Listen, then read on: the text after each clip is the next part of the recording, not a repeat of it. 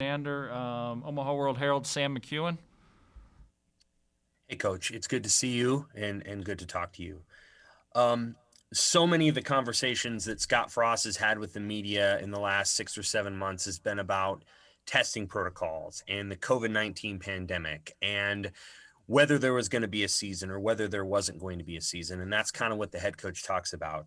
As a coordinator, how is your life maybe a little bit different? Because you don't have to necessarily focus on the testing protocols or be in the Big Ten head coaches meetings. So, how is your life as a coordinator maybe a little bit different? And what have you been focusing on up to this point? And what do you focus on now as you guys go into kind of a fuller training camp? Yeah, I guess that's probably a long answer, long question, but um, it's been ever changing. Hang on a second, let me shut my phones off here. Sorry about that, guys. It's been kind of an ever changing situation ever since this thing started, and Coach Frost and the other people involved have done a great job in getting a plan for us, getting a process for us. The testing protocol, like you talked about, part of my job is reinforcing those protocols around the bubble, if you will, to make sure that we're doing things the right way so that we don't lose players or coaches. As well as making sure the testing is going smoothly and all those kind of things, and then starting back April or May, it just was Zoom, and it's so much Zoom stuff, and you guys are dealing with it too. But it's Zoom with the kids and trying to keep them involved and trying to keep them focused on scheme and structure of the defense.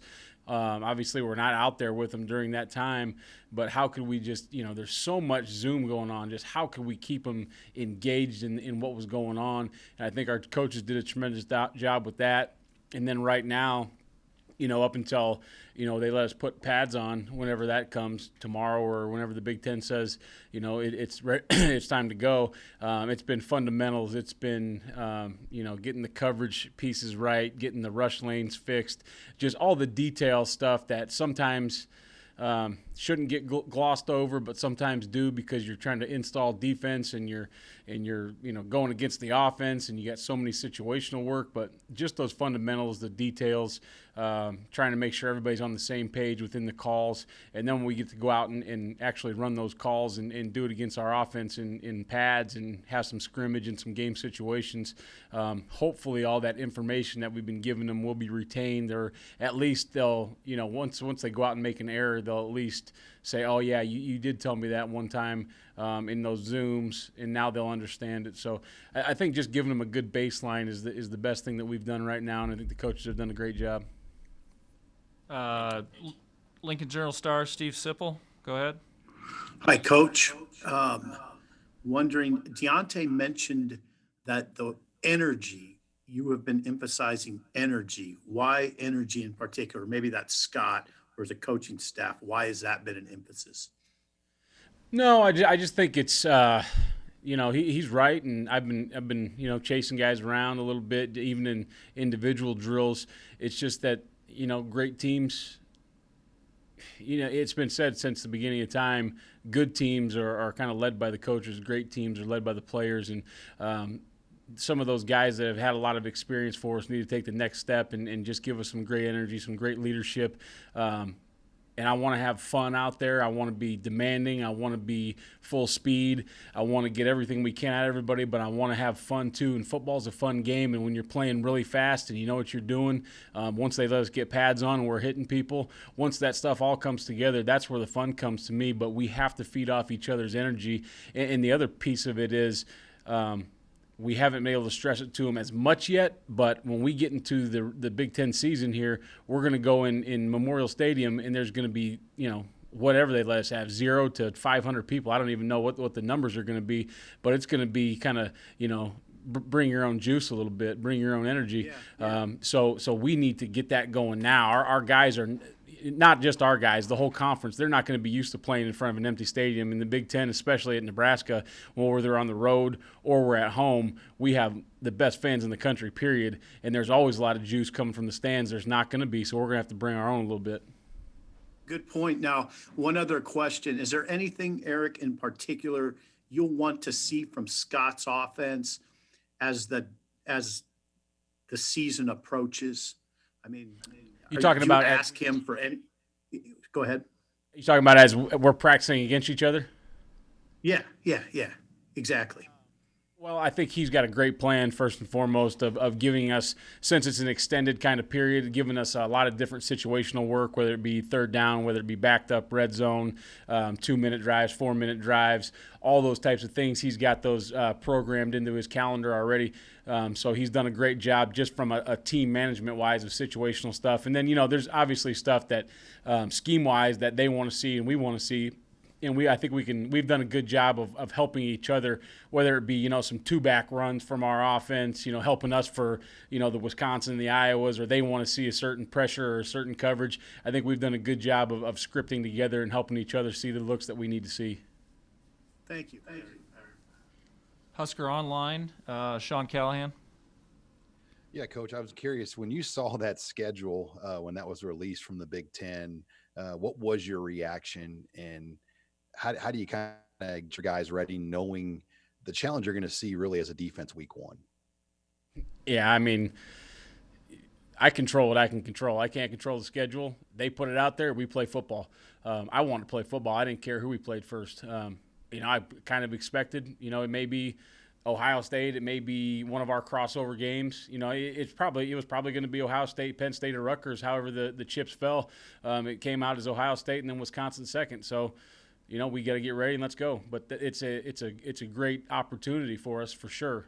Our guys are excited. The one thing that they did not want to do was play, a schedule that was not going to have the best teams in it. They want to play the best teams. I want to coach against the best teams.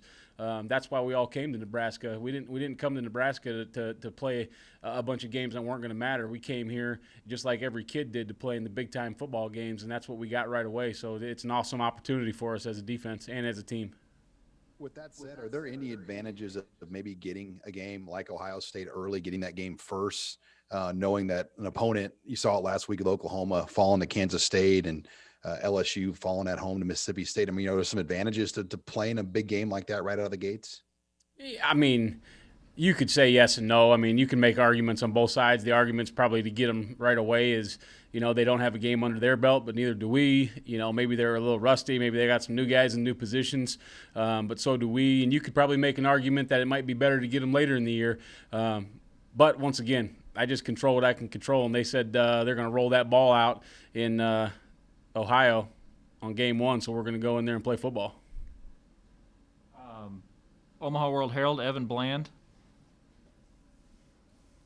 Hey, Eric, I was just wondering if you could put in perspective how difficult it is to go 10 months without players going in full pads. And then how do you find the balance in the next few weeks as you try to work toward that full contact, but also try to stay fresh for potentially 9 games in 9 weeks? Yeah, those are all challenges, Evan. And like I said, Coach Frost has got a good schedule for us, and he's talked to me about his plan, and just so we kind of see what he's got planned for us. I think he's got enough situational work. Like you mentioned, the fine line is getting them ready to play a football game and not driving them into the ground.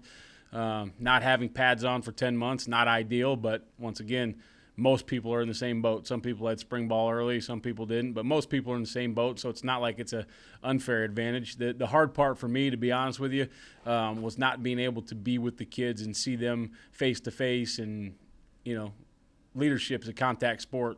Not being able to touch those guys and hug them and just be with them every day was the hard part for me. And not having pads on it's not ideal, like I said, but like I said, everybody's doing the same thing. When we were in the NFL, it's, pads were not a huge situation once you got through about 4 weeks anyways. So we found ways around that, but just not being able to see those guys for an extended period of time, I think, was the hardest part for me.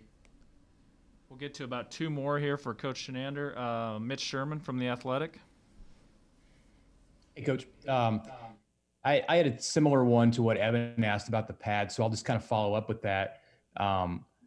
What have you been able to watch, what's happened around college football so far and learn anything at all about how things may work or not work for you guys based on the unusual schedules that other teams have had to navigate through, and then maybe the success or lack of success that they've had as a result of that? Yeah, without getting in too much detail, I have had an opportunity to watch. First and foremost, I'm a football fan. When Nebraska high school football kicked off, I had 2 games streaming on my TV, so I've been watching games as much as I could, even while we're working. But I've also had the opportunity to talk to some of those coaches that played early, some friends in the business, what they thought that they did wrong, what they thought they did right leading up to those games. Is it live tackling? Is it not live tackling? Is it live up front? Some people just went completely, no contact because they wanted to get to the game healthy and safe and all those types of things. And did that work? No. So I think that once again, Coach Frost has found a good balance for us. But, not being the first ones to play, even though I would have loved to have played a month ago, not being the first ones to play, I think gave us a little bit of advantage to talk to a few people and find out how practices worked. Like I said, what didn't work and what did, and can we find that balance of what's going to work for Nebraska football? Our last one for Coach here, Parker Gabriel, Lincoln Journal-Star. Hey, Erik, could you, good to see you. Could you just sort of put into perspective maybe the challenge on the recruiting front for you guys as a staff? I mean, there's a lot of talk about kids not getting the opportunity to go to campuses and all that, but how much different is it to not have been able to get on the road this spring and evaluate and not be able to get out and watch high school games in person this fall? Yeah, I think that you're asking another question that's got a lot of parts to it. First and foremost, not being able to get out and see guys makes it hard to get early offers out. And we all know anymore, without getting an early offer out to a guy, it's really hard to get to know them because they do have other offers and they want to get to know the places that have offered them scholarships. But without seeing them in person, are they really, 6'4", or are they 6'1"? They are advertised as 6'4". I'd love to see them move in person. I'd love to talk to the teachers and the counselors and the lady that works in the lunchroom and all those people to find out what kind of kid that is. And we don't have that opportunity right now. Second part of that is I think Nebraska's the most special place in the world, number one. But until we get kids here, sometimes guys that are here from a long ways away, recruits, they don't understand how special it is until they walk on this campus, until they get off the plane and walk around this city and experience the people first and foremost. So that's a challenge, just not being able to get guys here and see what I see once you're talking about Nebraska football and Lincoln, Nebraska in general. So I think there's a lot of different things there. You're developing relationships via Zoom like we're doing now. You're developing relationships via FaceTime and phone calls and text messages, which is not the same as in person. The evaluation piece, like we mentioned, and then just getting, I would put it like this, you're an 18-year-old kid or the 18-year-old kid's parents, they may love school X, but sometimes it's hard to let your child go someplace where you've never met that person face to face and you've never been there.